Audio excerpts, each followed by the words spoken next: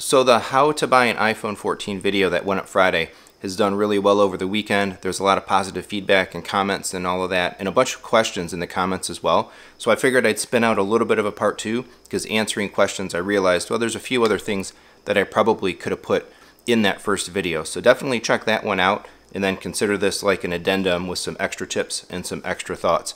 So the general treatise to that first video was, if you're going to upgrade your phone every year, every 2 years, or every 3 years, I kind of gave my thoughts on the more efficient way to do that. If you're going 1 year, just buy the phone full price and then trade it in straight up to Apple or Best Buy or AT&T or whoever. If you want to go 2 years, then a carrier installment is probably your best bet. They're going to give you a 3-year term, but you can buy it out at the end of 2 years, and oddly enough, that is a more efficient way to obtain and operate a 2-year upgrade on a phone. Or best case scenario, if you're going to go 3 years, do it with the carrier, do the installments. The phone is basically free, a new phone for free every 3 years at that point. But on top of that, a couple things that were asked about was the Apple upgrade program itself. And I have to say, similar to like AT&T Next Up and some of those plans, I'm not a big fan of the Apple plan.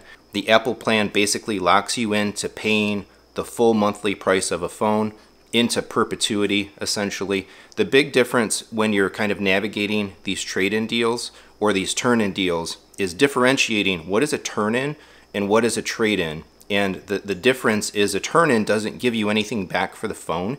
You're just giving the phone back to the people that were leasing it to you. A trade-in means that they will give you money for it. And you really want to operate your phone upgrades such that you accomplish a trade-in and not a turn-in. And so the Apple upgrade program is just a turn-in.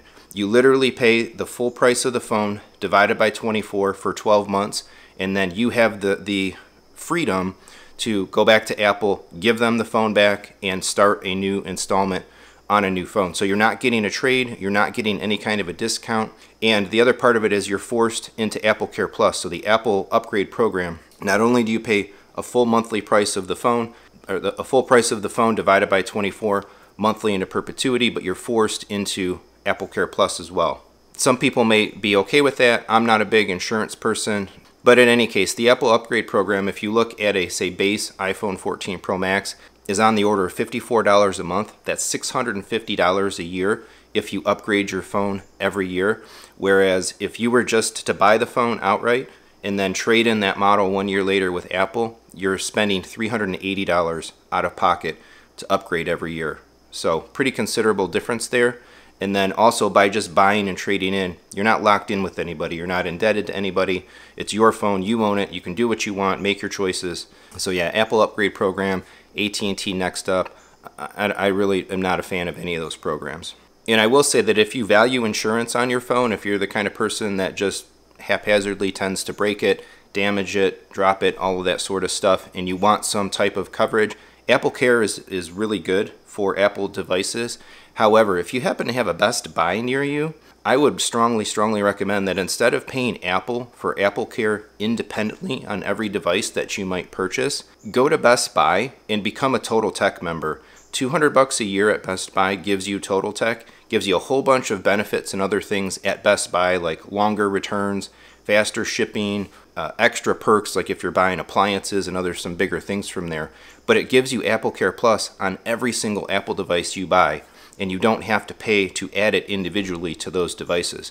So I've seriously been considering this for our household. I probably should have already done this from the beginning when Totaltech was put into place, which is essentially pay to be a Totaltech member and then buy every single Apple device that we would buy across our entire household from Best Buy and have that coverage on it. It would be every phone, every tablet, every Mac, AirPods, Apple TVs, any of those devices, everything would get covered under that umbrella. And if you take the value of that for $200 a year, all of that extra coverage, you know, when something does get damaged, we have kids using devices, that one starts to make quite a bit more sense, rather than, again, carrying the individual cost of Apple Care with Apple on every single device.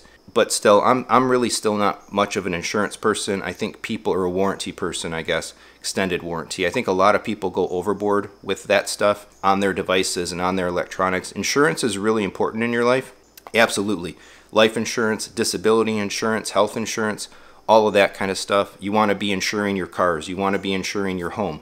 But when we're talking about devices that cost a few $100s or even a few $1,000s, people end up spending thousands and thousands of dollars on extended warranties and insurance. And if you stopped buying those things, essentially self-insured, in the rare occasions when something might go wrong or break and need to be serviced or need to be replaced, I think in the long run of life, you will come out much farther ahead by saving the money than buying these warranties on like every single thing that you might purchase in life. And it's very telling that every one of these stores, every one of these places, right, they always want to sell you these warranties. They're not doing that because they want to be your friend. They're doing that because it's a massive profit area for those places to sell you those policies, to sell you those warranties. So off the soapbox, but again, if you want Apple Care on a bunch of Apple devices and you have access to a Best Buy, Totaltech, 100%, that's the way to do it. A couple folks in the comments asked about T-Mobile because I had commented more specifically about AT&T and Verizon.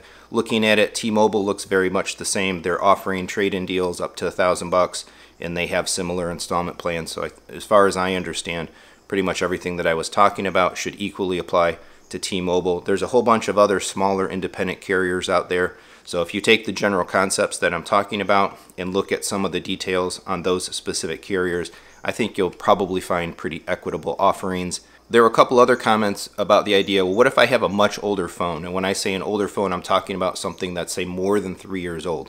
As I laid out, if your phone is 1 year, 2 year, or 3 year old, you really are able to kind of qualify for these privilege deals and these privilege trade-ins. But if you have something that's much older than that, the values really fall off like a cliff. You no longer really qualify for these massive $1,000 or close to $1,000 trade-in deals. So be it. I think if you have something much older, you're just going to have to take the hit. You kind of have to start over, put the money in to getting an upgrade, but then going forward, seriously consider that it really actually no longer works in your favor, I think, to keep a phone particularly longer than 3 years. 3 generations of a device nowadays is a lot of features, a lot of power, a lot of capability, and all of that. I would have a hard time keeping a phone, I think, potentially for 3 years, but it's not ancient, but it's not super old. Once you get to 4 or 5 years, that's starting to get pretty old. 3 years is the sweet spot for the most efficiency in terms of these deals and how they work and all of that. So if you think you're going to go longer than 3 years with the phone nowadays, I would actually recommend that you just cap yourself at 3 and go do these carrier deals. Take the 36-month. You're going to basically be able to, from the first one forward, you're going to basically be able to upgrade your devices essentially for free. It actually, again, it doesn't work in your favor to keep devices 4 or 5 years anymore. 3 is the max. And then the last kind of addendum that I wanted to put on the prior video is the idea of, keep in mind too that when you're upgrading, there's a couple of hidden costs, potentially 3 hidden costs. Every new phone activation on a line with a carrier may cost you like $30 or $35. So if you're upgrading yearly and whatnot, that's going to add in to your upgrade price. The other second one, even when you do these trade-in deals and these privileged trade-in deals for all this money, no matter what you do, they will always charge you the tax against the full price of the phone. So sales tax, depending on your state, that may vary, of course. Here in Michigan, it's 6%. So on something like an iPhone 14 Pro, there's another $60, or for a Pro Max, $66. And then the last hidden cost to think about is a case. I think it's no surprise that Apple, even from the 13 to the 14 and every single year, manages to just shift the sizes of the phone. Let's add a millimeter here, let's take a millimeter away here, rather than keeping the same chassis. So if you had a nice case after a year or so and it was still in good shape and you upgraded the phone, best case scenario, you'd be able to pop that case off the old one, put the case on the new one. That usually is never the case. Dad pun. So yeah, depending on what cases you use and where you buy them, you're buying a leather case from Apple or a MagSafe thing, you might be in for $40, $50, $60 for a case. The dimensions of the phone, wouldn't you know it, just happen to be different enough that that old case really isn't going to fit. You're going to have to buy a new one. So an individual phone upgrade then comes with on the order of about $150 of kind of tacked on cost between the activation, the sales tax potentially, and the new case that you may need. So there's some extra thoughts. Do check out kind of part 1, going into much more detail about the 1, 2, 3 year ideas and taking advantage of the carrier trades and all of that. If you have more questions, feel free to post them here in the comments. Leave a thanks at least. Every comment, every like, every share, all of that is helpful and appreciated. Otherwise, if you want to do more specific things to support the channel, there is a super thanks. If this video helped you save some money or avoid spending some money and all of that, please use the super thanks. Otherwise, do all the regular YouTube stuff, like, subscribe. There's Amazon affiliates, there's merchandise, there's channel memberships. All of that is greatly appreciated. Thanks so much for watching, and come on back for more technology discussion and fun.